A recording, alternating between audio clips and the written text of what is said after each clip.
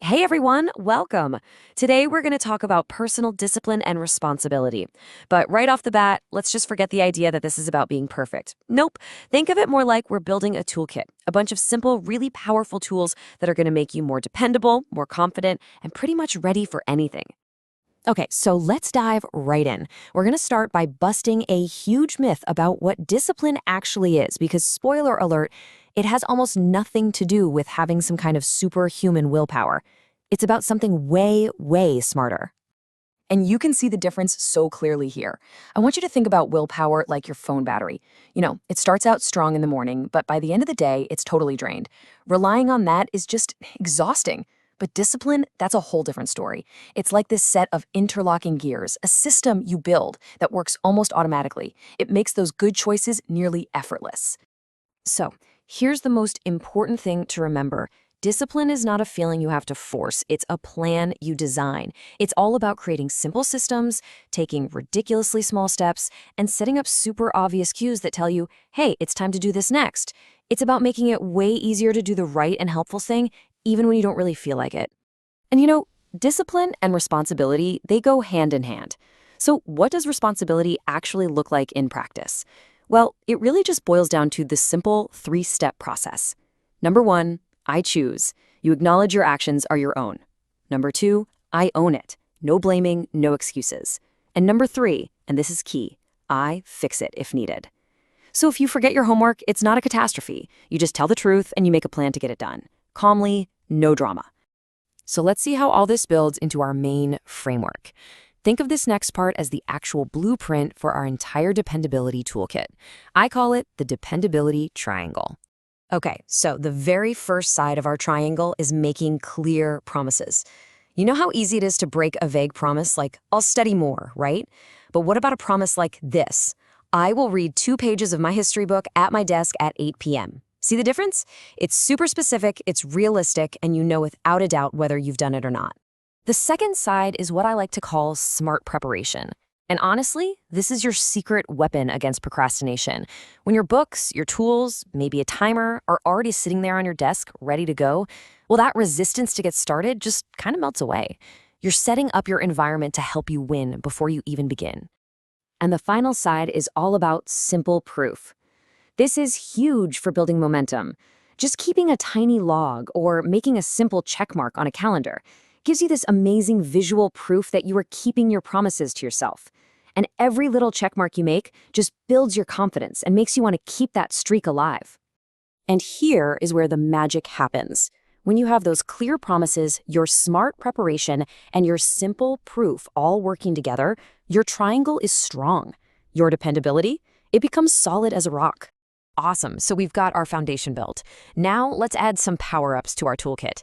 These are 2 incredibly simple but super effective techniques that will help you just blast through common challenges and really supercharge your habits. First up, we've got habit stacking. The logic here is just genius in its simplicity. So instead of trying to create a new routine out of thin air, you do something much smarter. You link the new habit you want to build onto a habit you already do every single day without even thinking about it. Here's a perfect example of what I mean. You already brush your teeth every night, right? Of course you do. So by stacking that new habit, prepping your school bag, right after, the old habit becomes the trigger for the new one. It's like a free automatic reminder that's already built right into your day. But let's be real for a second, life gets messy, doesn't it? You get home late from practice, something totally unexpected pops up. An obstacle can so easily derail your entire plan if you're not ready for it. And this is where your backup plan comes in. We call it if-then planning. You decide ahead of time what you're going to do when you hit a roadblock. And the key is what we call the 2-minute version. So, if I get home late from practice, then I will take just 2 minutes to put my main textbook and notebook in my bag. See? This prevents an obstacle from becoming an excuse to do nothing at all. All right, that's enough theory. Let's get our hands dirty in the training ground. Right now, we're going to walk through some quick, actionable drills you can use to start building these skills like today. First, I want you to try making a micro contract. Look at how specific this is. It defines exactly what you'll do, for how long, where, and when. And then, right underneath it, you add your proof, that super simple 7-day checklist. This literally combines a clear promise with simple proof, all in one little sentence.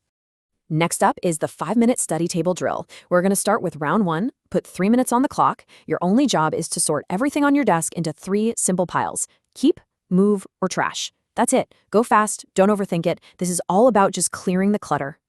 Okay, now for the last 2 minutes of the drill, it's time to organize your essentials. I want you to place your main book, your key tool, like a pen or your laptop, and a timer in a clean little triangle on your desk. This creates a ready space that is basically inviting you to focus. Boom! Your smart preparation is efficiently done. And hey, you can even use tech to help you out. A safe AI buddy can be a fantastic assistant for creating checklists or breaking a big project into tiny steps. But, and this is so important, the rules are critical. You never, ever share private information, and you never, ever use it to fake your work. It's a tool for organization, not for dodging responsibility. And now we are ready for the final project. This is where we bring every single tool, every idea we've talked about, and put them all together into one powerful personal guide for your own success. So here's what you're going to create: your own personal code of success poster. It's going to have your core values, your small daily disciplines, your specific habit stack formula, your if-then backup plan, and of course, a little 7-day check strip right at the bottom. And this is kind of what it can look like when it's all put together. This thing, it isn't just a poster. It is your personal blueprint. It's your plan, it's your reminders, and it's your proof, all in one place where you can see it every single day.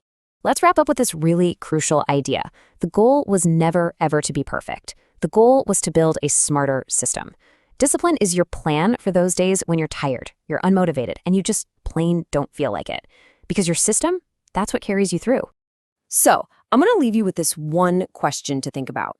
Don't try to change everything all at once. Just think, what is the one tiny, maybe 2-minute habit that you will start tomorrow and track with a simple check mark?